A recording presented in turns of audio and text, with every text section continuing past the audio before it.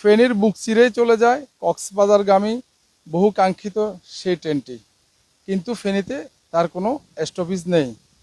আমরা ফেনীবাসীর তথা এখানকার ভ্রমণ পিপাসু মানুষের মনের প্রত্যাশা জানাবো।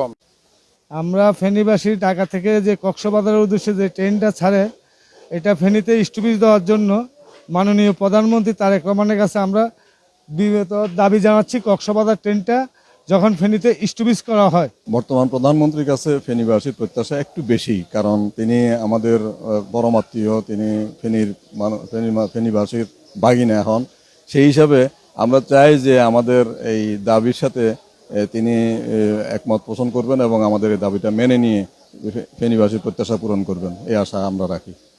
ফেনীবাসী চাচ্ছি যে এই ঢাকামুখী যে কক্সবাজার এক্সপ্রেস চট্টগ্রামে এমনকি কক্সবাজার যাওয়া হয়, ফেনী দিয়েই যায়।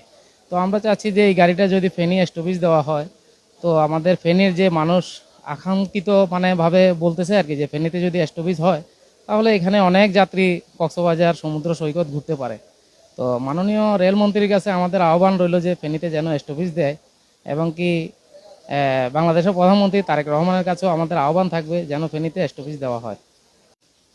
ফেনী একটি এক ক্যাটাগরির জেলা হিসাবে আমরা ফেনীবাসীর দাবি যে ঢাকা থেকে ছেড়ে আসা যে কক্সবাজারগামী ট্রেনটি ফেনী স্টেশনে স্টপেজ দেওয়ার জন্য, যাতে ফেনীর ভ্রমণ পিপাসু মানুষ কক্সবাজার ভ্রমণ করতে পারে। ঢাকা হতে কক্সবাজারগামী যে ট্রেনটা আছে সেটা ফেনী যদি স্টপেজ হয় তাহলে ফেনীবাসীর জন্য উপকার হয়। পাশাপাশি আমরা যারা ভ্রমণ করি আমাদেরও অনেক উপকারে আসে। সেটা আসলে আমাদের দাবি যে মাননীয় প্রধানমন্ত্রী যেন বিষয়টা দেখেন, পাশাপাশি রেলমন্ত্রী যেন বিষয়টা নজরে রাখেন আর কি। ঢাকা থেকে কক্সবাজার অভিমুখী ইন্টারসিটি ট্রেনটি ফেনীতে স্টপেজ হলে ফেনীবাসী এবং কি লক্ষ্মীপুর, নোয়াখালী উভয়ের খুবই উপকৃত হবে। এবং কি বাইরের রেমিটেন্স এখানে ফেনীতে অনেক বেশি, কিন্তু অনেক যাত্রী আছে ফেনী থেকে কক্সবাজার যাওয়ার উদ্দেশ্যে অনেক আশা আকাঙ্ক্ষা করতেছে, এখানে কোনো ট্রেন নাই, যোগাযোগ ব্যবস্থা নাই, এই জন্য খুবই উপকার হবে। ফেনী তথা বৃহত্তর নোয়াখালীবাসীর দাবি ফেনীতে যাতে কক্সবাজারগামী ট্রেনের স্টপেজ করা হয়। ফেনীর মানুষের প্রত্যাশা তারা এতে দারুণ সুফল ভোগ করবে। আলাউদ্দিন সবুজ, রাজধানী টেলিভিশন, ফেনী।